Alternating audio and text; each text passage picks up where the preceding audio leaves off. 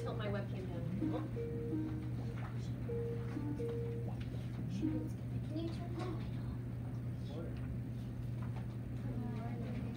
Hi. Let me turn my volume up. We're gonna. Can you guys hear him? Yeah. Hear me okay? Oh, that's better. Yeah. Awesome. Thank you so much. I'm Ashley Humphrey, and my coworker Katie. She'll be here any second. She's kind of helping with some kids.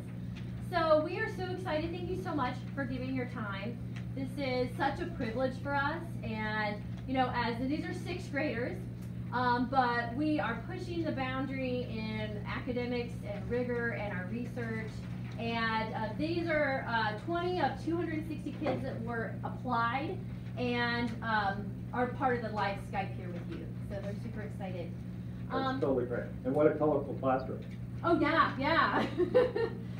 So we have been starting a project on where we're kind of been researching de-extinction.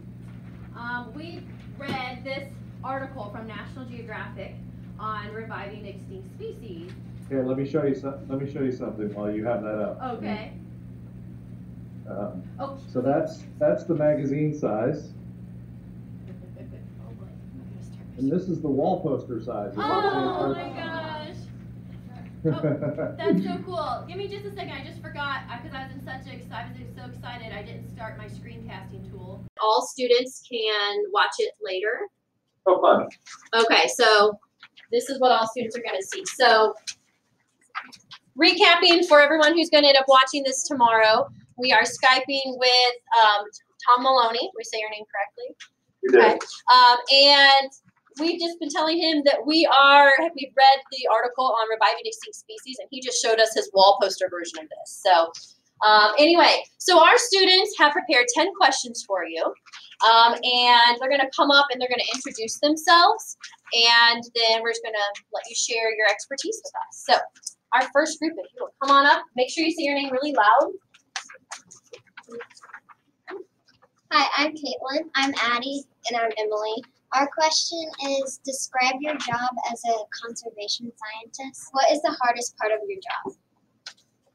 So, well, thanks for that, Great. Can you hear me okay? Yeah. Okay. So, my job is to help revive and restore identified projects that have conservation significance to help restore endangered and extinct wildlife. A lot of what I do is work with people because obviously we all have to work with lots of partners and lots of collaborators on our projects. And I'll give you one example of a project that's just getting going right now, and that concerns the black-footed ferret, which is in the Front Range of the Rocky Mountains, and it was twice thought to have gone extinct until a rancher's golden retriever brought one up to his back deck, and he looked at it and called the Fish and Wildlife Service and said, "I think I have a black-footed ferret."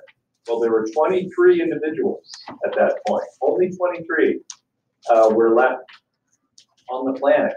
And so they captured them all, and they started a captive breeding program, and now the ferrets are in habitat, they're in captivity, there are hundreds of ferrets now. But you probably learned in your biology that going through that few is not good for a species. To go down through 7 individuals is called a genetic bottleneck. And the people at San Diego Zoo had this brilliant idea back almost 40 years ago to freeze some tissues from 2 of the ferrets. And we've now done the genetic analysis that shows that these would be totally new ferrets. It would be like adding 2 new breeders to that original population of 7. So you move from 7 to 9. And we've reflected that through the genetics. So we just got a permit from the United States Fish and Wildlife Service to do a cloning project and try and bring those 2 individual cell lines and genetics back into the population. And so we're just getting going on that. So back to my first point is you've got the Fish and Wildlife Service, you have San Diego Zoo, you have universities there, you have the National Ferret Center, a whole bunch of partners who have to be involved with this. So that's a big part of my day job. The other big part of my day job is we're working on the oceans right now. We're trying to see if with all the things that are happening to our ocean, whether or not genetics and genomics and biotechnology can help. It can help add new tools to save our oceans. And one thing that we're working hard on, and we'll spend some time this morning working on, is on coral reefs and thinking about coral reefs and is there a genetic solution to kind of save our coral reefs as the ocean warms. So those are some of the things I do on a day in and day out basis. Thank you. Awesome, thank you. Our next person's gonna come on up. We actually just watched a documentary on the sixth mass extinction, and we were learning about the coral reefs vanishing, so that's pretty cool. All right, next up. Hi, I'm Sophie. My question is, what is your opinion on de-extinction? So my opinion on de-extinction is that it is an impressive aspiration for us to try and strive for, and that what it does is we all, well, people my age remember President Kennedy talking about going to the moon, and now that's become sort of a saying, is it a moonshot? Well, the thing about the moonshot back in the 60s was that it developed a whole bunch of technologies as they were developing the technology to get to the moon. And de-extinction I see in a similar light, is as we're striving for the de-extinction of the mammoth or the passenger pigeon, we're opening up whole new avenues for dealing with threats to wildlife as exists today. And it can provide a note of optimism. Sometimes, I'm sure you guys all feel this, it sometimes feels like nature is under so many attacks that figuring out new tools can be very helpful. The other part, there was another point I was going to make on it. No, that's good enough. Thank you. Thank you. All right, next group. Hayden and Zach. Hi, I'm Zach, And I'm Hayden. and our question was how much progress has been made on de-extinction? Well, it depends on the species that you're talking about. So the Church Lab at Harvard University is making a ton of progress on figuring out what distinguishes. Oh, I just remembered what I was going to tell the last person. So as part of your answer, I'll also be answering a piece of the last question. So as the Church Lab has worked on mammoth de-extinction, the biggest animal on that cover of the National Geographic, one thing that they learned with our help is that the closest living relative is the Asian elephant. Well, it turns out that the Asian elephant is threatened by Asian elephant herpes virus, and it kills about a quarter, 25% of all the elephants, all the young elephants, both in captivity and in the wild. So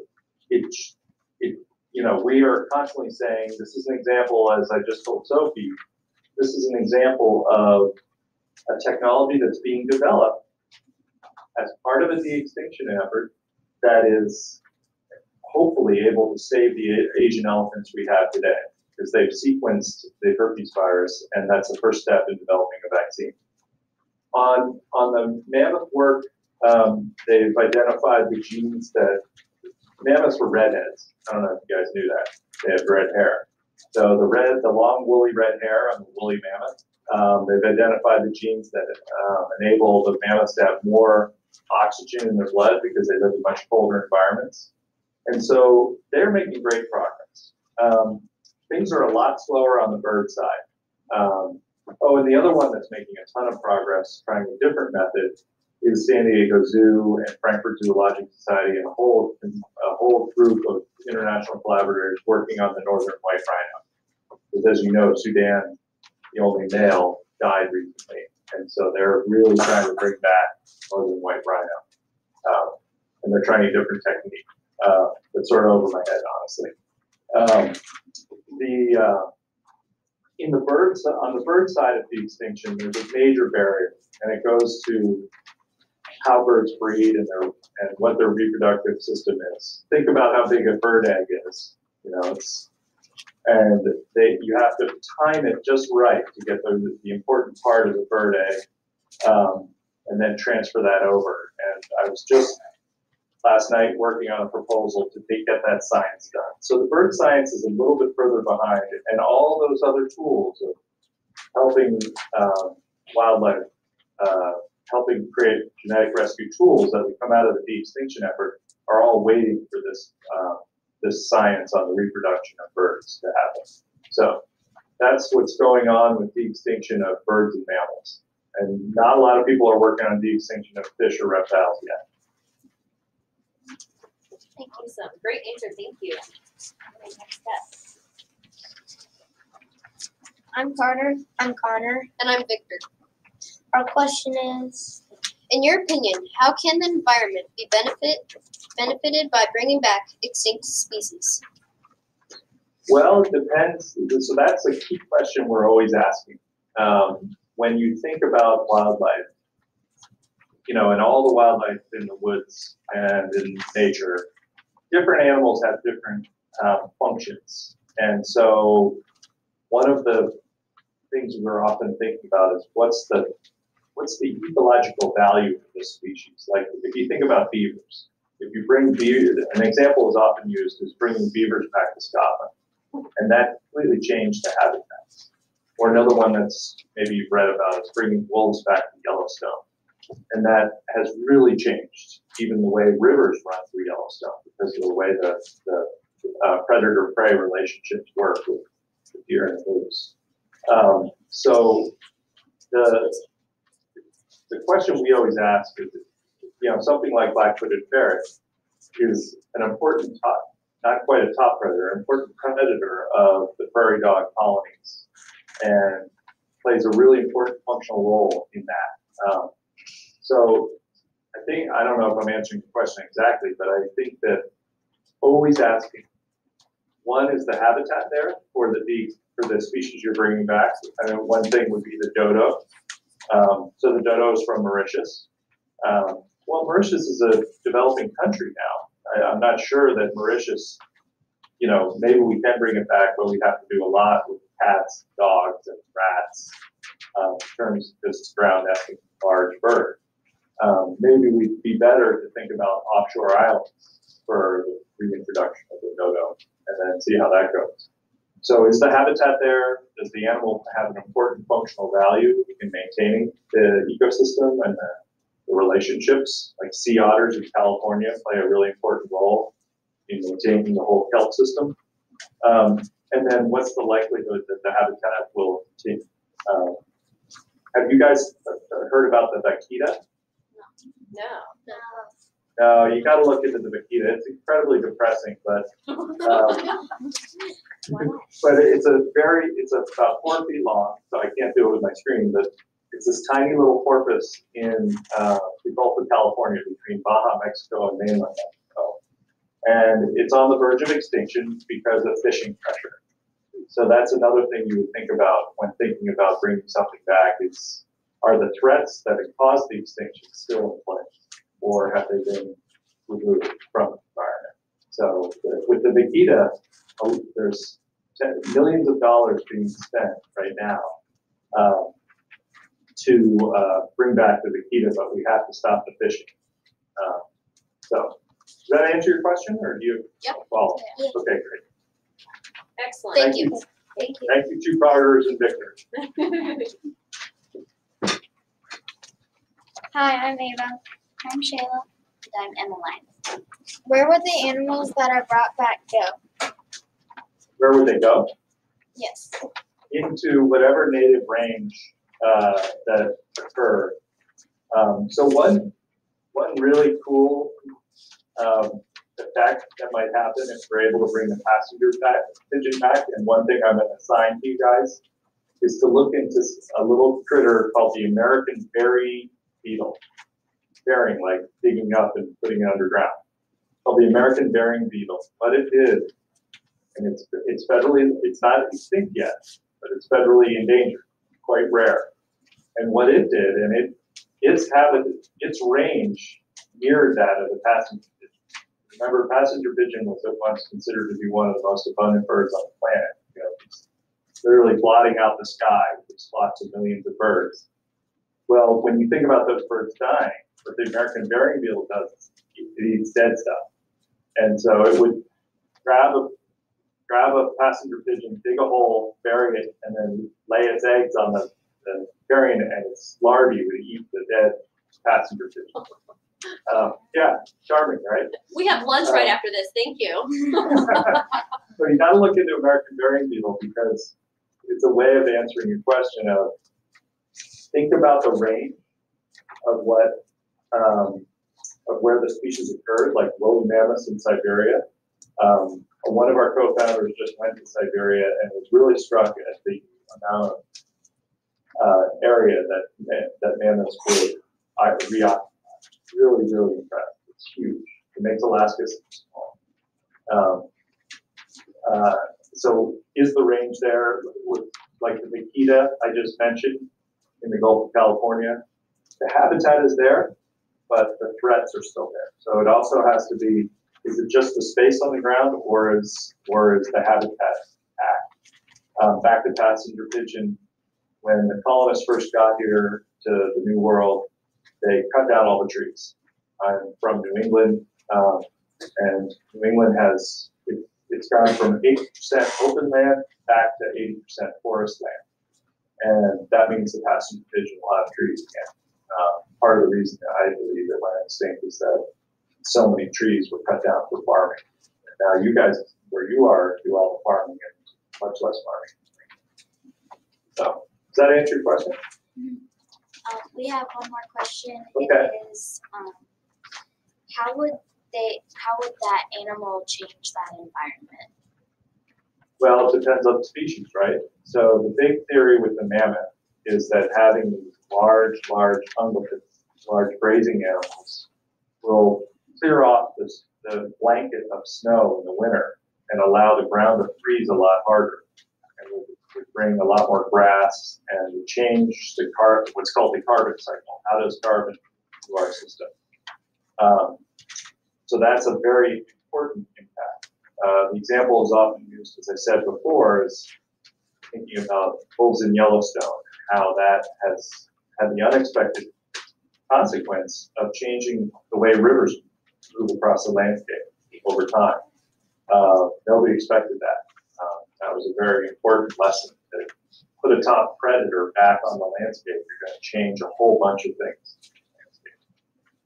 Passenger pigeon, there's some question whether it would help the forests spread its seed, because they were highly migratory and they would fly all over the place wherever seeds were available. E10 is one from the Massachusetts Islands. It's a prairie chicken. And that one's more of what we would call an umbrella species. You don't think it would necessarily, it would change the habitat, but it would give a point of kind of concentrating the understanding of what makes an intact habitat. How much room do you need? What species do you need to make it intact and healthy? Those are some of the considerations that we brought to bear on how it might affect the habitat. Great. Thank you. Thank you. Thank you. All right. Hi, I'm Ellie. And I'm Lakin. My question is, out of all of the extinct plants and animals, which do you think would be most important to bring back, or which do you think we need back? Well, this is a tough question. It's a really hard one because it comes to, I think a lot of what we talked about already is around what are the functions of the animal in the place it lives. And I think that's really at the basis of any analysis that has to happen. So something like sea otter, while not extinct, is extinct. It's been extirpated from a lot of its range. Here on the north coast of California, there are virtually no sea otters. They're, down from San Francisco down to about almost Santa Barbara. It's just the middle part of the state. And then all the way up, through the Oregon coast, there are no sea otters. So we would love to see them brought back. because they play a very important role in the habitat there. I think the other big benefit, what as I said at the outset, what excites me about this work is the opportunity and the ability to create new tools that might have immediate conservation significance, might provide an ability for conservationists to address problems that traditional tools of conservation, like saving land or managing fishing better, just doesn't allow. So those are some of the things that we think about, but I think you have to take it on a case-by-case basis in terms of picking priorities. Thank Any you. other questions? Any follow-ups? No?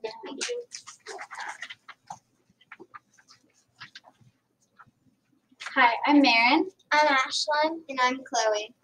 Our question is, can you defend that the money being spent on de-extinction has a positive impact on the world? I can. A lot of people would argue that, conservation is where, I've spent my career working in conservation. You're always scrambling for money. You're always looking for money to save land or protect the water or protect the species. But I think that the people that are interested in funding and pursuing de-extinction are not the same people that would fund the land project to preserve 100 acres, next to a national forest or a national grassland. It's a different set of potential donors. The other thing that I've talked about is, even if we don't actually ever see a big herd of woolly mammoths in Alaska, that if the work on that leads to a cure for Asian elephant herpes virus, and we can save the Asian elephants that we have today, then that effort would work, because it brought attention from a set of scientists who may not otherwise have looked at the extinction.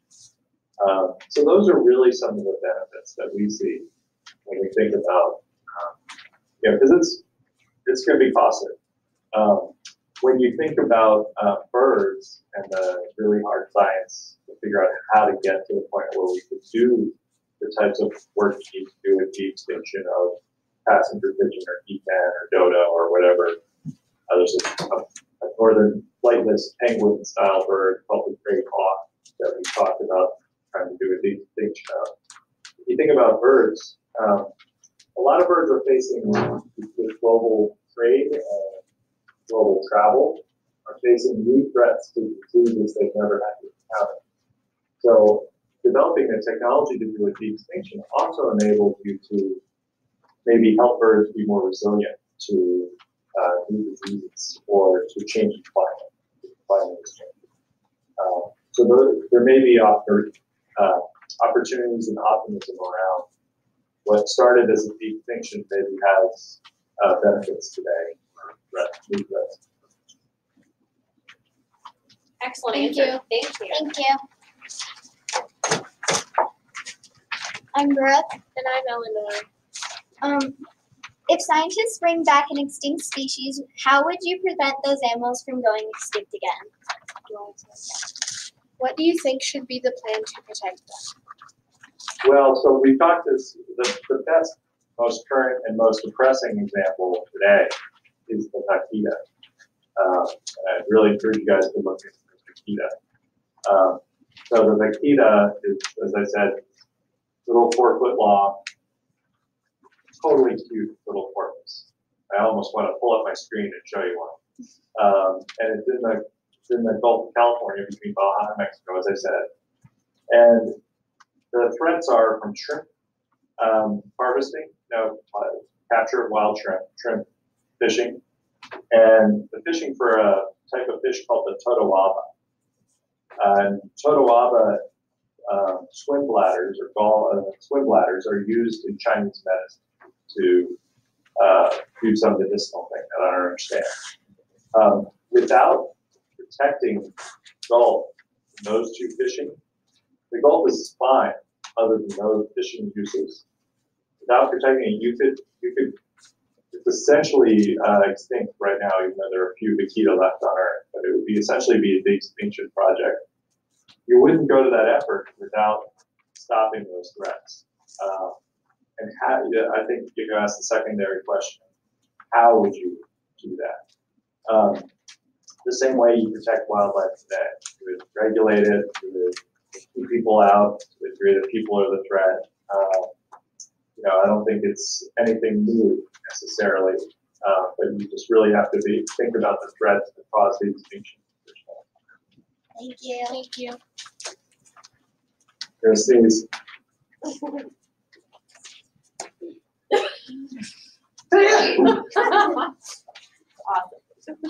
Sorry about that. My name's Dylan. My name's Gavin. And I'm Orion. And our question is, do you worry about the possibility of de-extinct species spreading diseases or negatively reacting with animals today? Can you say that question again? I got distracted.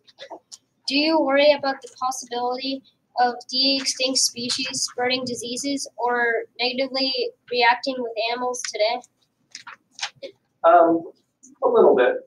Yeah, I mean, I think that will definitely be part of the considerations that we need to take, and sort of careful and very slow. If we're successful in doing the genetic engineering, get essentially an Asian elephant that looks a lot like a mammoth. It's not really a mammoth, it's a modified Asian elephant that looks like a mammoth. We have to be very sure that doesn't introduce any new pathways for disease into those habitats. So I think that's a very valid concern and consideration. We're still a long way from needing to figure out how to do those tests. I can tell you on a ferret project that we're working on to try to engineer resilience to sylvatic plague, which kills ferrets any ferret that comes in contact with sylvatic plague. We're trying to do a genetic engineering project to make them immune from that.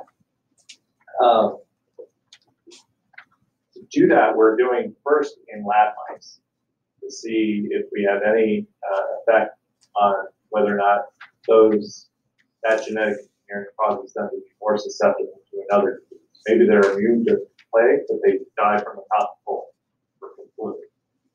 So I think it's just being very careful and deliberate whenever we think about reintroducing anything to natural habitat. Thank you. Thank you. All right, and our last question. Hi, I'm Ashlyn, and my question is, what is your view of the future for conservation and de-extinction? So my view is optimistic view. I think the fact that you guys are focused on this makes me even more optimistic. Having young people kind of take such a deep interest in this to arrange a phone call with some guy in California, it's pretty great. So good on you. I think the threats or the problems coming from climate change are very concerning, and we're in for a lot of change. And the tools of de-extinction can help us address some of those change. If you think about an hourglass, and I think for some species, there's going to be this pinch point, and we have to help them get through to whatever the new reality is after that. And these genetic tools can I believe, be, we need new tools in our toolkit to help the animals get through that pinch point. So I think ultimately I'm optimistic because nature is very resilient. And I can say with some level of certainty it won't be exactly the same. But with all of our attention and care, it'll be okay. Thank you. Thank you. Can we give Mr. Maloney a round of applause?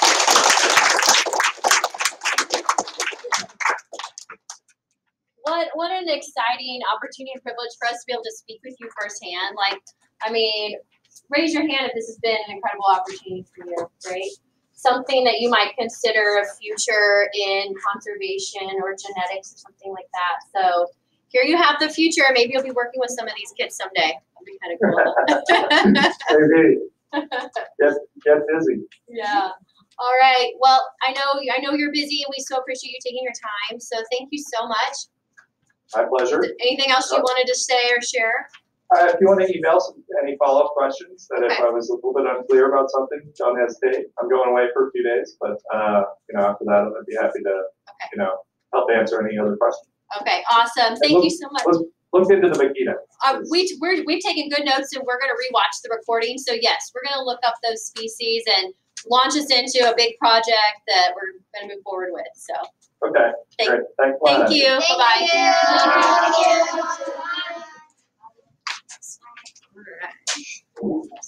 That is a